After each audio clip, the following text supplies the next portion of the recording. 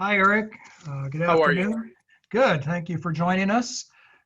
Eric Rigard, running for state assembly. Could you tell us a little bit about your campaign and especially where you are and what you're running for, and a little bit about your platform? Yes, I'm running in District 9, which is South Sacramento, Elk Grove, California, Galt, and Lodi. I'm running as I am the endorsed Republican candidate. I'm running against a gentleman, Jim Cooper, who's been there for a number of years, ex-police officer. And my feelings are that during the course of the year, seeing some of the things that the legislature has been voting on, he's just been voting on things that really are, I mean, they impact the people, but they're not having, I don't think, the desired impact. Plus, we find that about 30% of the time he no votes. He abstains from voting. And so those couple of things really came together to prompt me to want to go and want to, reach the people, to better represent them, and to run for assembly. I am first of all, I am a Christian. I am conservative. I am pro-life. I'm pro-family. I am pro-Second Amendment. You could say that I am pro-police, but I'm pro-safe, sensible policing. Do I think that we need some police reform? Yes, I do. Do I think we need to junk it and start from scratch? Absolutely not. Most people that are covered by the police now desperately want to still be covered by those same cops and rely on them. Now, where there has been, misuse and abuse and things like that, those people have got to go. I mean, they've got to be dealt with, and they've got to be off of the force so that they can't just bounce to another police force somewhere else to antagonize some more people. But they should be dealt with, and it should go through the judicial system, and they should be adjudicated properly. Okay. All right. Well, let's talk a little bit about that. Let's stay on that topic for a minute. It's certainly been a big controversial issue this year, police reform. Can you talk a little bit more about what that would look like? Are you thinking about training? Are you certainly, I don't think you're talking about defunding, Right. Maybe repurposing. Should there be military vehicles rolling down our streets? Tell me a little bit what your vision of a new police force for California would look like.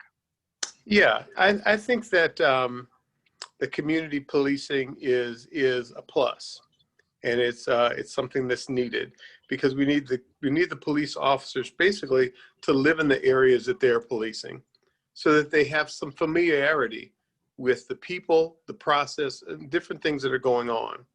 I think that would be a big step, number one.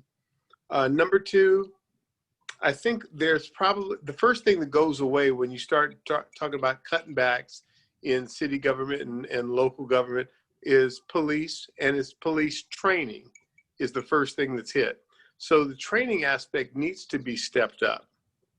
But more so even than that, I believe that the selection criteria should probably be improved for a lot of officers. My stepdad was a deputy sheriff in Los Angeles, and I've talked to him a number of times about this, and he said, Eric, he said, you find people when they first come on, you can spot who's off base and who's going to push the envelope, and who's going to escalate things as opposed to de-escalate them. He said you see it immediately. He said, and back in the day when he was a sheriff, he said it was up to those other officers to keep them in check. And he says he just doesn't think that happens enough now, so he said that he thinks that selecting better officers up front would help to diminish that quite a bit. I think that there probably should be some people doing therapeutic work or social work or something like that, but they can't be sent out by themselves. when a call is made, they go out with an officer. And if it's something that takes more of a therapeutic approach or a social worker type approach, then they can get engaged. They can engage. You know, the FBI, different organizations have got negotiators. You know, you got somebody who's really wants to jump off a building or something. You've got somebody who's trained, you know, psychologically, who understands what's going on and can help talk that person, talk them down, talk them out of that situation. You know, I think that is needed on the police force a little bit more. And I think with those things, we would probably not need as big a SWAT presence. I think you probably still need it for special circumstances, but you would not need that to be your go-to all the time to hit the streets, you know, looking like you're going to war. So, you know, to protect and serve should be the goal, you know, to protect those folks and to serve them, you know, and then the people have got a responsibility on the back end as well to how they respond, how they interface with the police. You know, I know it's something that's told, you know, that you hear a lot of Black parents say, you know, well, they teach their kid how to, you know, what to do. Well, I would kind of beg to differ. Not all of them do, but some do. You know, and even my dad, when I was coming up, you know, said somebody pulls you over, say, you know, just put your hands up on the wheel, you know, so that they're visible, so nobody's got to guess about what you're doing. You know, kind of roll down the window before they get there so you can talk to them or break it, you know, somewhat. So there's a certain protocol that I think that we need to actually actively teach our young people in how to interact with the police department. Okay, thank you. You know, you're the first candidate today, believe it or not, that has mentioned a Second Amendment. And, you know, with what's going on in the world these days, you know, gun sales are just through the roof. I mean, you got to Yep. stand in line to get one. People are really, they're nervous, they're concerned, Yes, they're afraid, they're frightened. At the same time, California, as I'm sure you know, is really kind of tightened down. Last I'd heard, there were restrictions on bullets. Correct. Could you talk a little bit about that, the importance of the Second Amendment these days, about reasonable restrictions on that right, and how you would go about it if you were in the legislature? Sure. Yeah, you know, it's a difficult topic because, you know, there are hunters, there's sportsmen, they use their guns for one purpose. There's some people that have a handgun in a little locker, a little safe in their house, you know, and it's for protection. You know, I believe that if you are a confirmed, registered to own a gun, you know, to obtain a gun, then you've gone through a background check. You have every right to own that gun, and you have every right to keep it loaded if you want to, you know, or to have your ammunition close by. When they start talking about size of magazines and things like that, then they start to get very dicey, because, you know, what is high caliber for one person is not necessarily so for somebody that's out there hunting. You know, so I think the types of, I mean, we've got, you know, no automatic weapons. You know, we don't want those. We want, you know, we have the semi-automatic. You got a clip. It's got, you know, 10, 15 bullets in it. That's what it is. It's harder now for people actually to get their hands on ammunition than it is for them to purchase a gun, to get cleared to have a gun in the first place. So, you know, I can see where there's some sensible things that you can do. You know, I heard about, you know, when they went through the bump stocks and things like that up front. I said, okay, you know, I can see, you know, I can understand why you wouldn't want it, because it now makes a regular rifle or a regular gun. It creates a new type of weapon. So I can see where they would go, you know, be against that.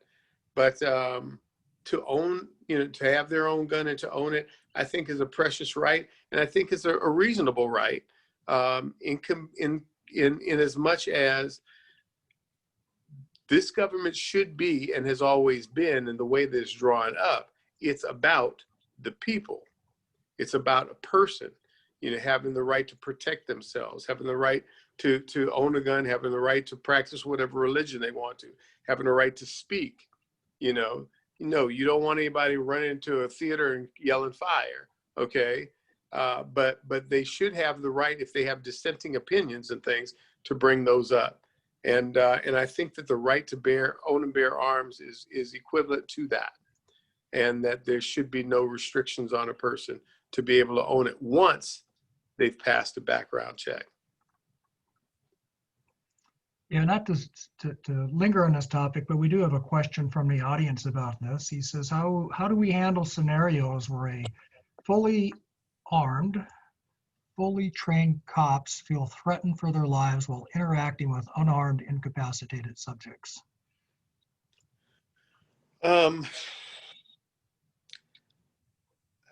You know, that's one that I don't really, I see a real dichotomy there, because I don't believe that if you're fully armed, you've got, you know, you got a taser, you got a gun, you've got, you know, probably mace on you as well. You have several different things at your disposal. You know, if you're incapacitated, you know, and you know, you're not armed, you know, I would think that there's got to be a reasonable amount of force that you can apply, but your life is not being threatened by somebody who cannot threaten you. They can't do anything to you if they're in that state, you know. So that, I believe, that's one where we get back to kind of where we were with you know, with George Floyd and that whole situation, that whole scene. You know, they took camera footage of him that saw that he had a tablet on his tongue, and someone mentioned that it's fentanyl.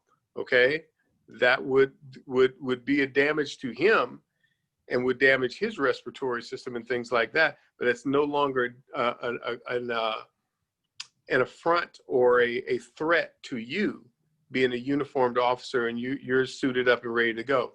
So I think that that situation would be one that would call for less use of a firearm and more talking the thing through and trying to talk them down a little bit. Okay, let's move on. I'd like to ask you about the lockdown and your view of it, and what your idea is on how California can get back to work. Have you given that some thought? I have definitely given that some thought. I'm in Washington, D.C. today. I went to a Back the Blue rally that was held at the White House just a little while ago. And, you know, there really wasn't any social distancing, but we were outside. Everybody wore a mask.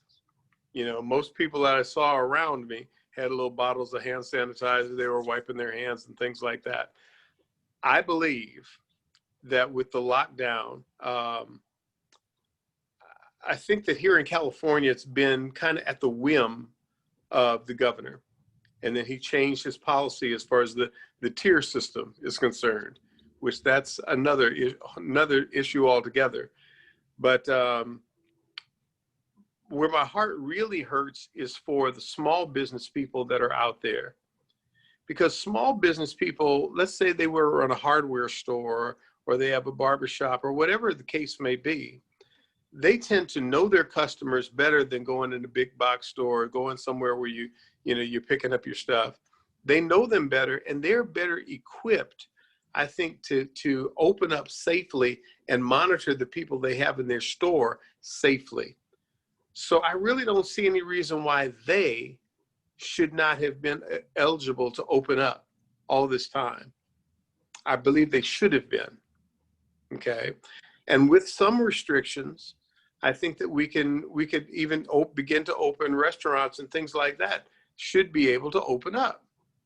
Now, there are a lot of restaurants that are around that have a seating outside, you know, and they're doing not thriving, but they're doing a good business.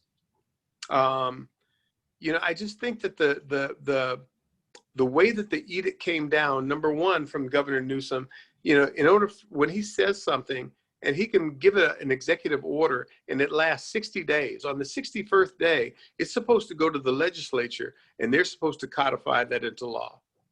And none of these was that done. That's why when you go to a church in Southern California, in John MacArthur's case or in Jack Hibbs' case, you can go to those churches. They got 3,000 people at a service. The whole health department is there. Yeah, we're going to have to wrap up. I'm sorry to say we're out of time here. No problem. But I understand. I certainly get your point, and I want to thank you very much for being here today, Eric. Hey, not a. All right. So Eric Rigard for State Assembly. Yeah, you can reach me at rigardforassembly.com. RIGARD for FOR assembly.com. All right.